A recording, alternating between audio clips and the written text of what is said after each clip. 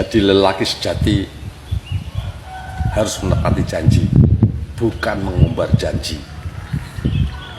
Lelaki sejati akan menepati janji, bukan menyiasati. Ya. Wong ngarit iki ora duwe ketua.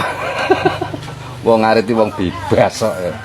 Apa meneh ngene iki blantik, sapa sing gelem diatur? Wong blantik derajate pangkate sak dhuwure pegawai. Genah ora?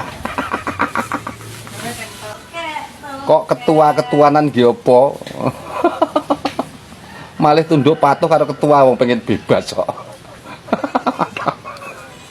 Montore preman ngarit.